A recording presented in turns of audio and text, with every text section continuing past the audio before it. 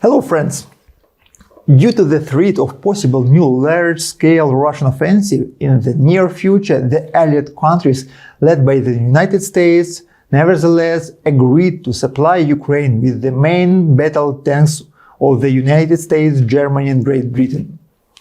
Germany has officially confirmed that it will provide Ukraine with Leopard tanks.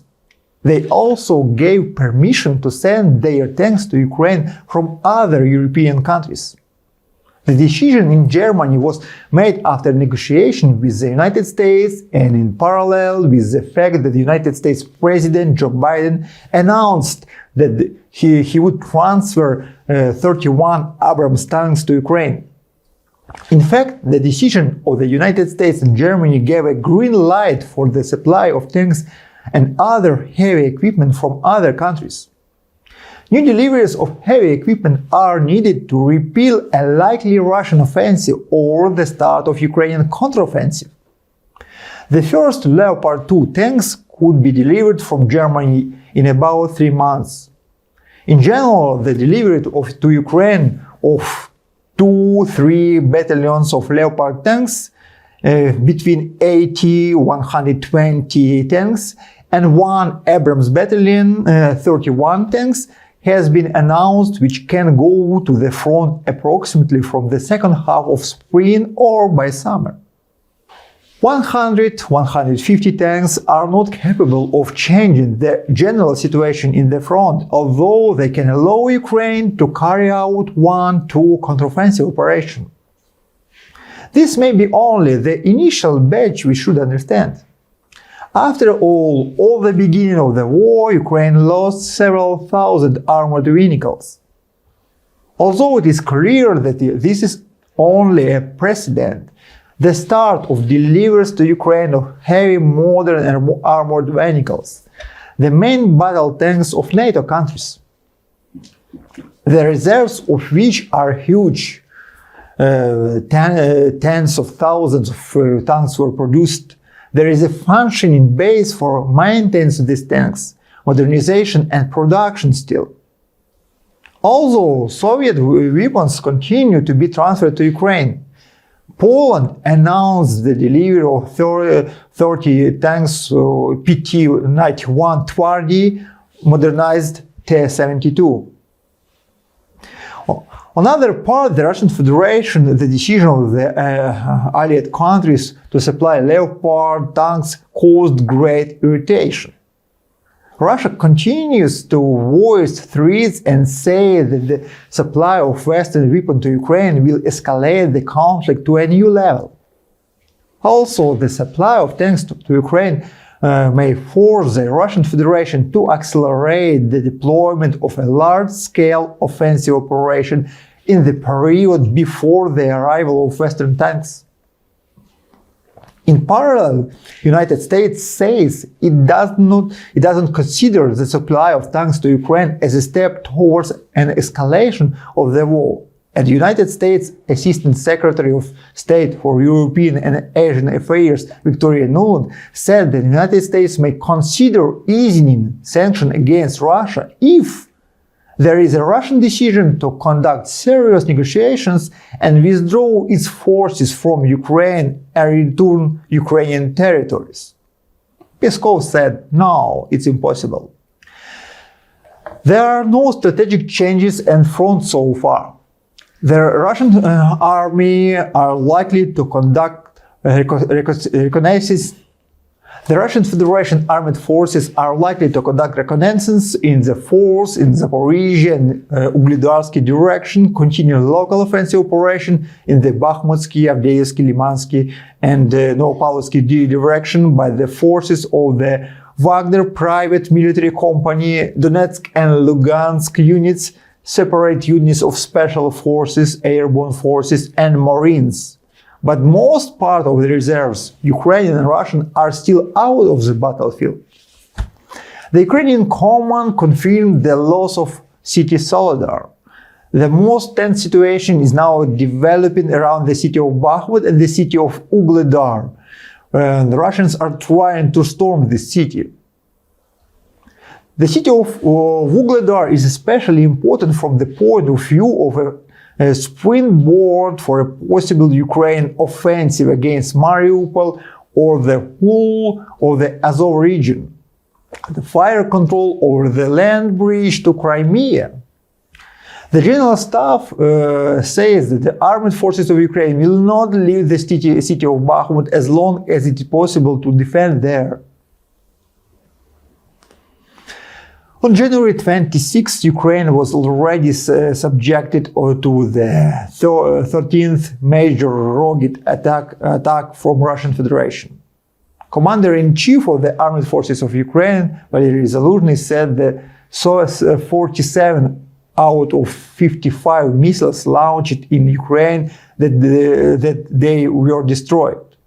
We are talking about the air and sea-based missiles 101, 555, caliber and 59 rocket.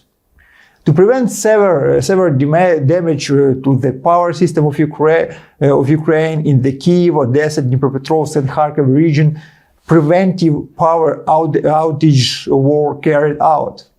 In Odessa, Kryvyi Rog and a number of other cities, all electric transport was stopped and water supply was also stopped.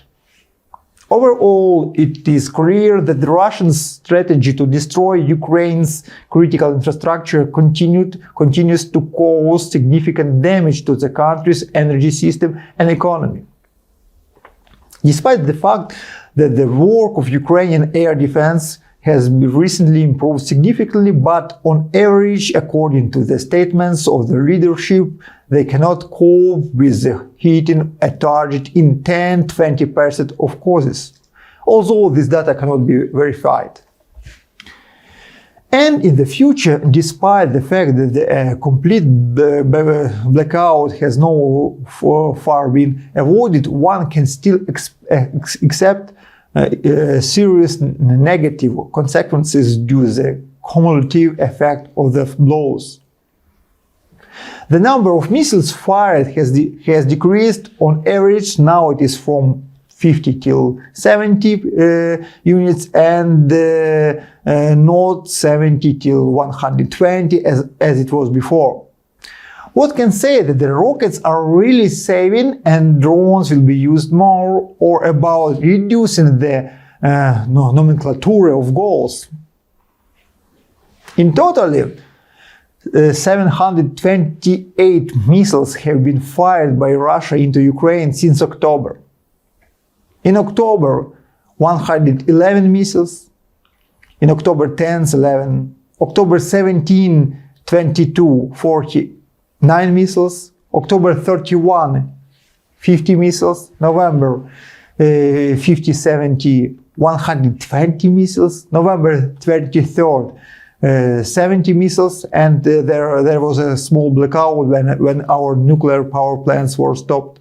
December 5, 70 missiles, December 16, 76 missiles, December 29, 31, 89 missiles, January 14, 38 rockets, January 26, 55 rockets. A transition to goals in the gas distribution system and logistics is likely.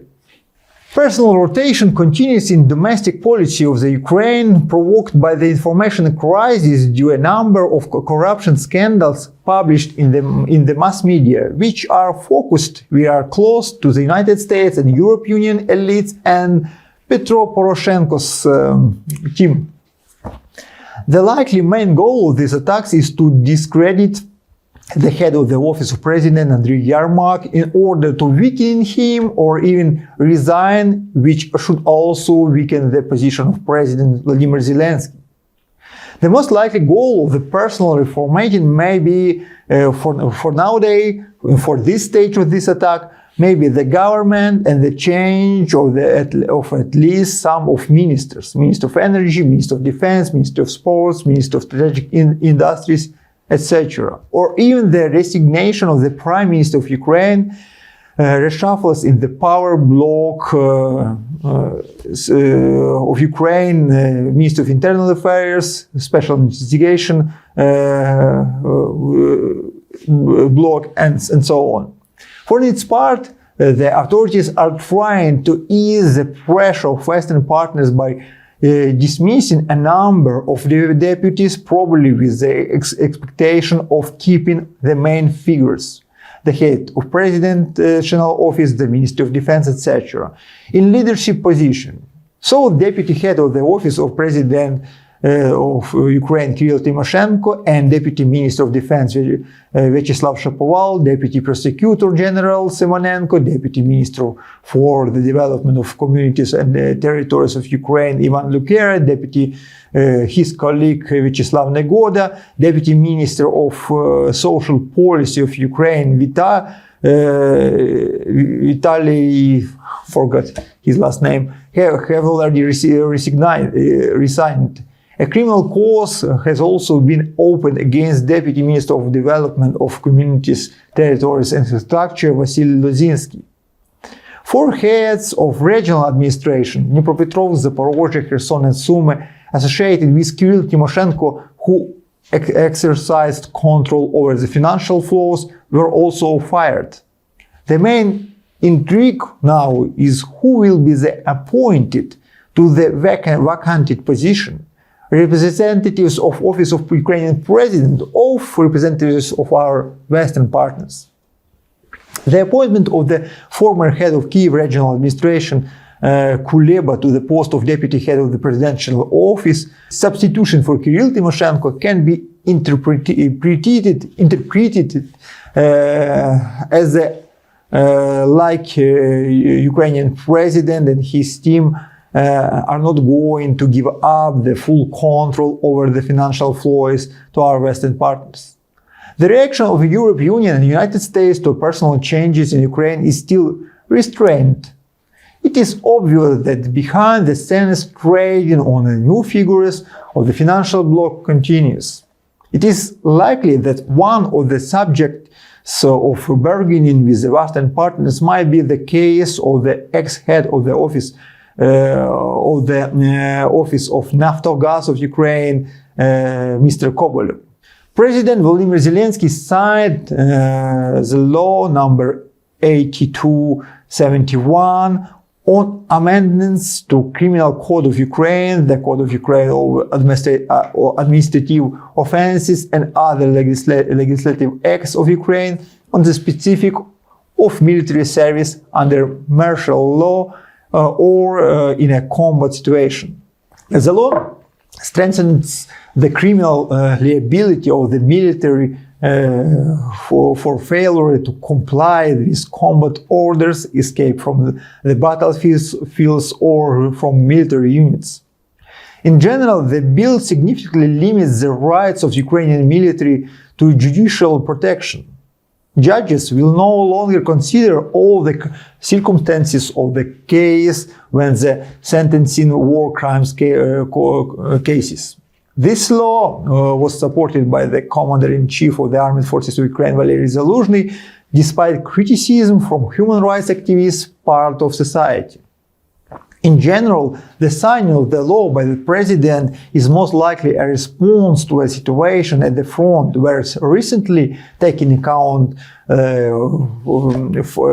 hard fighting and high losses, there have been a significant number of cases of refusal to carry out orders and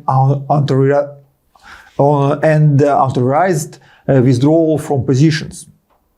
On the other hand, it is worth noting that the armed forces of Ukraine lack a high quality and quick examination of common decision, and therefore it is impossible to determine which events are caused by criminal intent in most cases. I think it is very necessary for Ukraine to renew the Special Military Prosecutor Office and special military judges.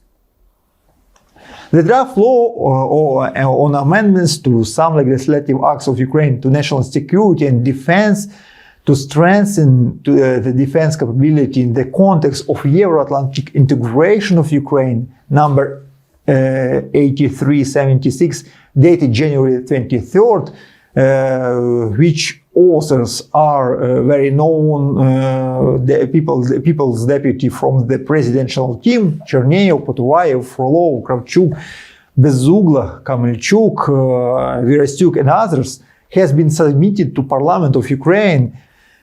This bill expands the range of tasks performed by Ukrainian troops on the territories of other states, as well as a range of tasks and opportunities for foreign units on the territory of Ukraine. This draft law, allows the use of the armed forces of Ukraine not only for the purpose of exercise, but also for the performance of combat, peacekeeping and humanitarian tasks on the territory of other countries. Relatively speaking, these troops can be used on the territory, for example, Belarus, Russia Federation, or Moldova, or other countries.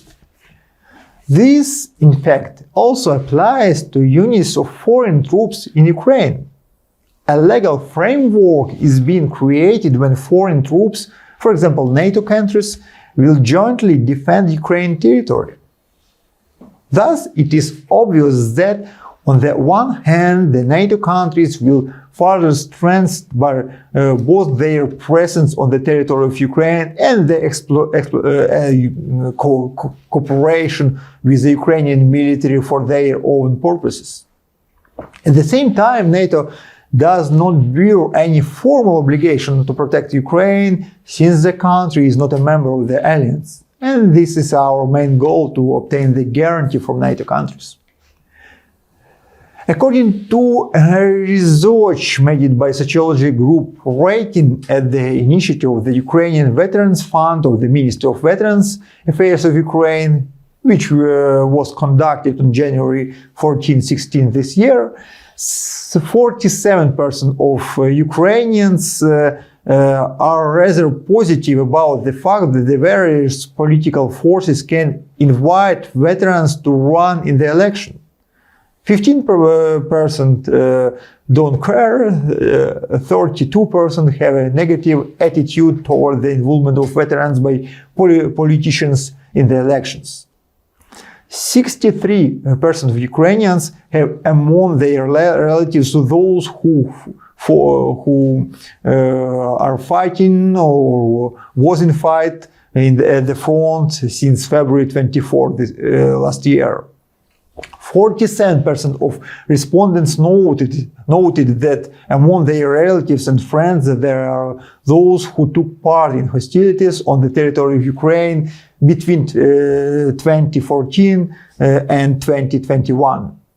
95% of Ukrainians trust the military of the armed forces of Ukraine, 93% veterans of the current wars, and 95% of veterans of the previous war between 2014 and 2021. The level of salaries of the military directly involved in hostilities is considered optimal 40%, below the required 34%, above only 8%, could not estimate 18%. Regarding the salaries of the military who serve in the rear, have rated it is optimal, 13% below the necessary, and above the necessary 11%, could not assess 25%. Conflicts with relatives and family, or alcohol or drug addiction as a problem for veterans were mentioned by only 14% of Ukrainians.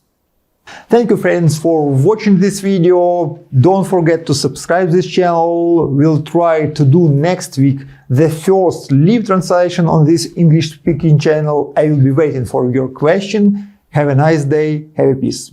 Bye-bye.